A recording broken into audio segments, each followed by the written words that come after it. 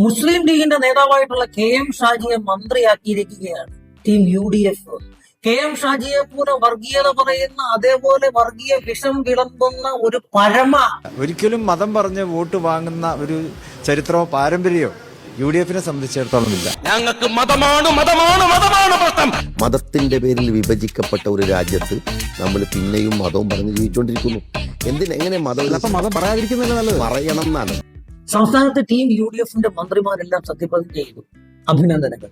പക്ഷെ KM ഷാജി എന്ന് പറയുന്ന ഏറ്റവും വലിയ വർഗീയവാദിയായിട്ടുള്ള ഒരുവനെ മന്ത്രിയാക്കിക്കൊണ്ട് മുസ്ലിം ലീഗ് തീരുമാനിച്ചപ്പോൾ മതമല്ല പ്രശ്നമെന്ന് ഇവിടെ പറഞ്ഞപ്പോൾ മതമാണ് ഞങ്ങളുടെ പ്രശ്നം, ഞങ്ങൾ മതം പറയുമെന്ന് പറഞ്ഞ അതേപോലെയുള്ള നെറികെട്ട ഒരു, ഞാൻ ആ വേർഡ് ഉപയോഗിക്കുന്നില്ല, കാരണം ഏത് കുറ്റിച്ചൂലിനെ UDF മന്ത്രിയാക്കിയാലും മന്ത്രി എന്നുള്ള ഒരു പദത്തിനോട് നമ്മൾ ബഹുമാനം കൊടുക്കേണ്ടതോട് മാത്രം അത്തരം നെറികെട്ട ഒരു വർഗീയവാദിയെ, KM ഷാജി എന്ന് പറയുന്ന ഒരു വർഗീയവാദിയെ നിങ്ങൾ മന്ത്രിയാക്കിക്കൊണ്ട് എഴുന്നള്ളിച്ചിട്ടുണ്ടെങ്കിൽ തീർച്ചയായിട്ടും കേരള ജനത മറുപടി പറയുക തന്നെ ചെയ്യും. ഇത്തരം വർഗീയവാദികളെ നിങ്ങൾ പാലൂട്ടി വളർത്തുന്നെങ്കിൽ തീർച്ചയായിട്ടും നിങ്ങൾക്ക് തിരിച്ചടികൾ. ഇതേപോലെ പച്ചയ്ക്ക് വർഗീയത പറയുന്ന ഇവനെ പോലെയുള്ള ആളുകളെ പിടിച്ച് UDF-ന്റെ മന്ത്രിയാക്കുമ്പോൾ, അല്ലെങ്കിൽ മുസ്ലിം ലീഗ് നിങ്ങൾ മന്ത്രിയാക്കുമ്പോൾ, നിങ്ങൾ ഒരു മതേതര പാർട്ടിയാണെന്ന് എങ്ങനെ വിശ്വസിക്കാൻ സാധിക്കും? നിങ്ങൾ വർഗീയ പാർട്ടി തന്നെയാണ്.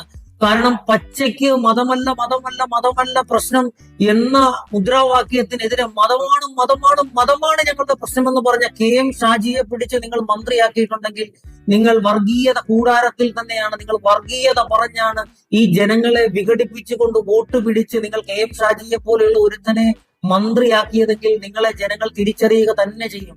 KM ഷാജി, നിന്നെ പോലെയുള്ള ഒരു വർഗീയവാദിക്ക് സത്യവാചകം ചൊല്ലിയപ്പോൾ നിനക്ക് തീരെ ഉളുപ്പ് തോന്നിയിരുന്നില്ലേ?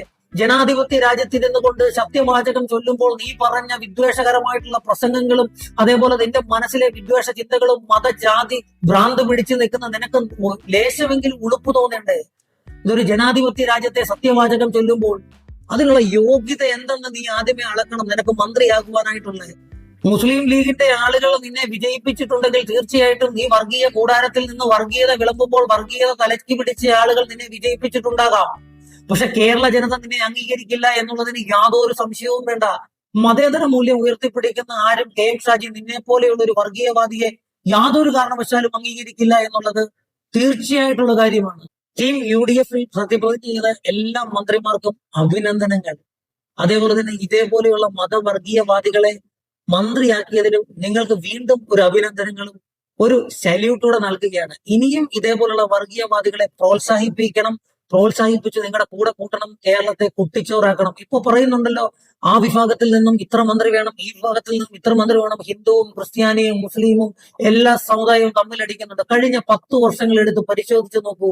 ഏതെങ്കിലും ഒരു സമുദായം ഞങ്ങൾക്ക് സമുദായത്തിന്റെ മന്ത്രിയെ വേണമെന്ന് പറഞ്ഞിട്ടുണ്ടോ? ഇല്ല. ഞങ്ങൾ ജനങ്ങളാൽ തെരഞ്ഞെടുക്കപ്പെട്ട ജനങ്ങൾക്ക് വേണ്ടിയാണ് പ്രവർത്തിക്കുന്നത്, അല്ലാതെ സാമുദായിക സംഘടനകൾക്ക് വേണ്ടിയല്ല. സുകുമാരൻ നായർ കണ്ണുരുട്ടുമ്പോഴും, വെള്ളാപ്പള്ളി കണ്ണുരുട്ടുമ്പോഴും, അല്ലെ തങ്ങൾ കണ്ണുരുട്ടുമ്പോഴും, അല്ലെ ക്രിസ്ത്യൻ മതമേലധ്യക്ഷന്മാർ കണ്ണുരുട്ടുമ്പോഴും ആ കണ്ണുരുട്ട് കണ്ടിട്ട് പേടിക്കുന്ന ആളുകളല്ല ഇടതുപക്ഷത്തിലെ ആളുകള്. ജനങ്ങളാൽ തെരഞ്ഞെടുക്കപ്പെട്ട കഴിവുള്ളവനെ മന്ത്രിയാക്കും, അല്ലാതെ ഏതെങ്കിലും കുട്ടിച്ചൂലിനെ പിടിച്ചു നിർത്തി ഇതേപോലെ വന്നിട്ട് വർഗീയ വിഷം തുളുമ്പുന്നവനെ ഒന്നും മന്ത്രിയാക്കില്ല ഇടതുപക്ഷം. അത് ജനങ്ങൾ തിരിച്ചറിയുക തന്നെ ചെയ്യും. എന്നിരുന്നാലും എല്ലാവർക്കും ഒരു ശുഭദിനാശംസകൾ നേരുന്നു. ഈ പേജ് ഫോളോ ചെയ്തിട്ടില്ലാത്തതുണ്ടെങ്കിൽ തീർച്ചയായിട്ടും ഫോളോ ചെയ്യുക. നന്ദി, നമസ്കാരം.